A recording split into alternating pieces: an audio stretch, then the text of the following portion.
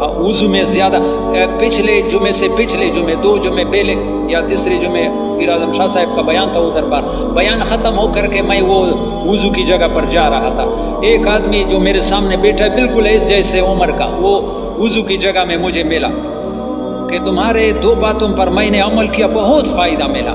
ایک آپ نے بتایا تھا کہ وضو میں نبی علیہ السلام پانی زیادہ کم استعمال کرتے، 1 کلو پانی سے بھی کم استعمال، میں 2 لوٹے وضو میں استعمال کر، ابھی آدھے لوٹے پانی پر میں نے عادت بنائی۔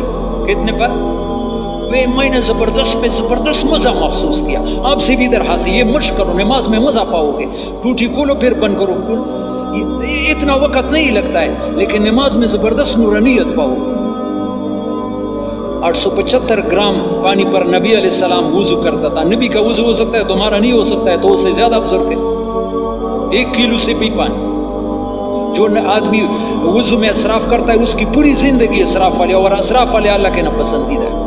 ایسا ٹوٹی نہ کرو، مجھے بڑا غصہ آتا ہے تبلیغ والے عال علماء، ٹوٹی کھلی ہوئی ہے، مسواک بھی کرتا ہے، پانی نیچے جا رہا ہے، یہ ظالم، یہ اسراف ہے، حرام ہے۔ اس نماز سے تمہیں وضو سے کیا فائدہ ملا؟ تھوڑا سا صحیح کرنے کی کوشش کرنا چاہیے۔ تو تیسرا ذریعہ ہے نماز، رزق، نماز پابندی سے پڑھنا، چاشت کی نماز، رزق کا وعدہ ہے، 4 رکعت پڑھو، ہاں نفلوں کا، تہجد کی 2 رکعت، فرضوں کے ساتھ نوافل کا بھی اہتمام کرو، اور عصر سے پہلے، یہ تو آج سے نیت کر لو، عصر سے پہلے جو 4 رکعت نفلیں پڑھتا ہے تو روزانہ نبی کی دعا اس کو مل جاتی ہے، پکی بات ہے ترمذی کے، رحم اللہ و عمران صلی قبل العصر 4 ترمذی کے، نبی نے قیامت تک دعا کی، جو انسان عصر سے 4 رکعت پڑھے یا اللہ تو اس پر رحم کر۔ کون پڑھے گا؟ تھوڑا سا نماز کو وقت پر آ جاؤ۔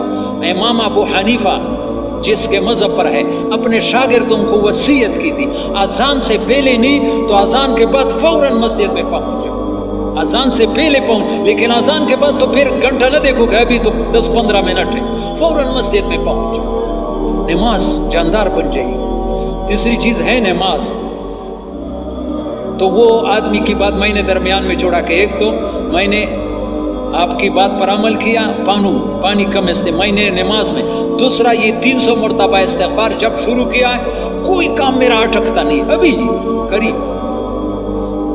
اور رزق کے بارے میں استغفار میں بھی حدیث ہے، صحیح حدیث ہے، فضائل اعمال کی نہیں، ریاض الصالحین جو عرب اس سے پڑھتا ہے اس میں حدیث ہے، من لزم الاستغفار جعل اللہ من کل ضیق مخرجا، جو استغفار کو لازم پکڑے گا اللہ پاک ہر تنگی سے نکالے گا، ومن کل ہم فرجا، غم کی جگہ سے اللہ خوشیاں نکالے گا، یہ نبی کی بات ہے۔ ورزقہ من حیث لا یحتسب، ایسی جگہ سے رزق دیکھا کہ اس کو وان، تو 300 مرتبہ کون پڑے گا؟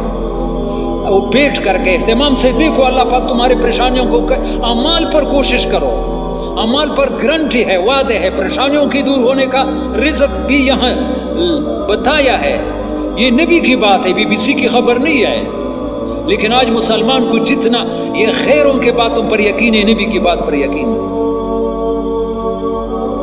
چوتھا ذریعہ رزق کا حدیث میں استغفار ہے، اور 5واں وہ تو میں نے کہا کہ تالا نہیں لگایا بلکہ سیل کر دیا ہے۔ کیا کر دیا؟ سیل، سمجھتے ہیں نا، بالکل پکا، وہ بخاری میں حدیث ہے مشکل تھوڑا سا، من احب ينسى له في اسری ويبسط له في رزقه فليصل رحمه، یہ نبی کی بات ہے، جو آدمی چاہتے جو بھی ہو، مرد ہو عورت ہو، بوڑھا ہو جوان ہو، عالم ہو جاہل ہو، من احب، من عام ہے، ان يبسط له في رزقه، جو یہ چاہے کہ اللہ اس کے رزق کو کھول دے اور اس کی عمر کو لمبا کر دے، فليصل رحمه، وہ رشتہ داروں کے ساتھ تعلق کسی قیمت پر نہ توڑے، مال پر کہ اس نے مجھ سے یہ لیا، میں سے مال تو مردار ہے، مردار چھوڑ دو، نیکی با نیکی کردن کار خران استا، وہ بھی اچھائی کرتا ہے تو کرتا ہے، یہ گدوں کا کام ہے، یہ کوئی کمال کی نہ ہے، بدی با نیکی کردن کار سگان استا، ایک آدمی اچھائی کرتا ہے تو برائی کرتا ہے، یہ کتوں کا کام ہے. نکی بدی کردن کار مردان است. مردوں کا کام یہ ہے کہ وہ برائی کرے تو اسے اچھائی کرے. نبی علیہ السلام کے بیوی پر غلط زنا کی تہمت لگانے والے عبداللہ ابن ابی ابن سلول کا جب انتقال ہو رہا تو بیٹے کو بھیجا. بیٹا سچا مسلمان تھا کہ وہ نبی کے پاس جاؤ کہ اپنا کرتا دے دے کہ میں اسے کفن بناؤں. نبی کرتا نکال کر کے اس کو دے رہے. پھر میرے استاذ تھے، زمانے کے بزرگ تھے، مولانا شہید احمد صاحب، اللہ اس کی قبر کو نور سے بر دے کر کے، وہ کہتے ہیں نبی علیہ السلام پر اس کی جنازے پر گئے اور اپنے لعاب مبارک اس کے بدن پر مل رہے تھے کہ اس کو، لیکن چونکہ ایمان نہیں تھا اس کو فائدہ نہیں. لیکن بخاری کے حاشیے میں لکھا ہے کہ اس منظر کو دیکھ کر 1000 منافقین نے منافقت سے توبہ کر دی، پکے مسلمان.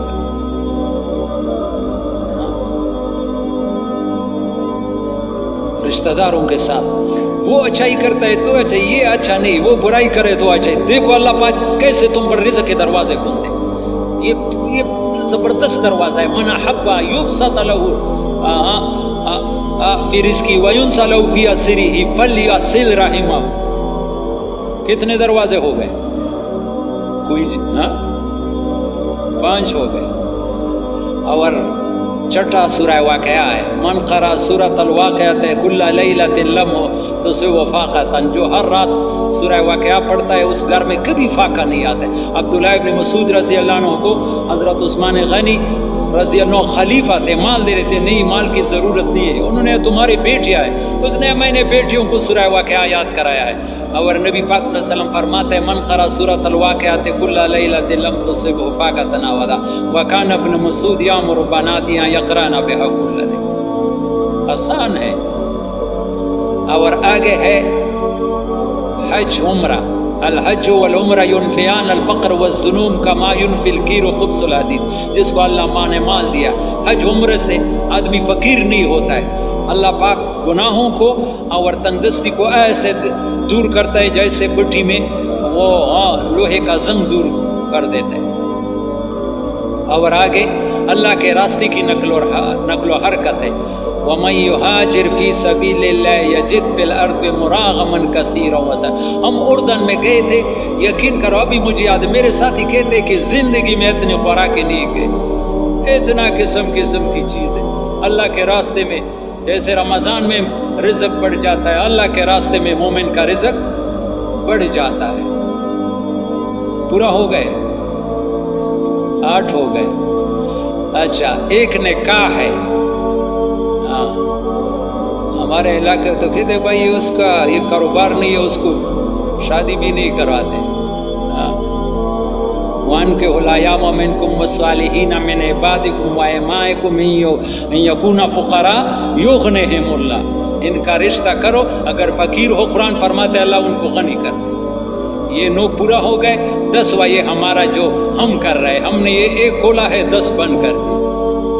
تبلیغ میں ان دروازوں کی جو یہ یقینی ہے، یہ یقین کرو میرے پیارے، میں نے ہر ایک کے لیے قرآن یا حدیث سے وہ بات بتائی، یا قرآن میں یا حدیث سے، اور پکی بات ہے، یہ یقینی ذریعہ ہے. اور جو ہم کر رہے ہیں وہ جائز ہے، لیکن ان پر وعدہ نہیں ہے، ذمہ داری پر وعدہ نہیں ہے. دکان پر وعدہ جائز ہے، دکان کرنا نہ جائز، لیکن یہاں وعدے ہیں. تو تبلیغ میں یہی یقین پیدا کرنے کی محنت ہے کہ اللہ اور اللہ کے رسول کی باتوں پر ہمارا یقین آ جائے. بنیاد یقین کی ہے. یہ ایک دفعہ سے نہیں ہوتا، یہ اس بات کو مسلسل سننے بولنے سے اور لوگوں میں محنت کرنے سے یہ چیزیں پھر آہستہ آہستہ دل میں اتر جاتی ہے. پھر اعمال کے لیے وقت فارغ کرنا آسان ہوتا ہے. ہاں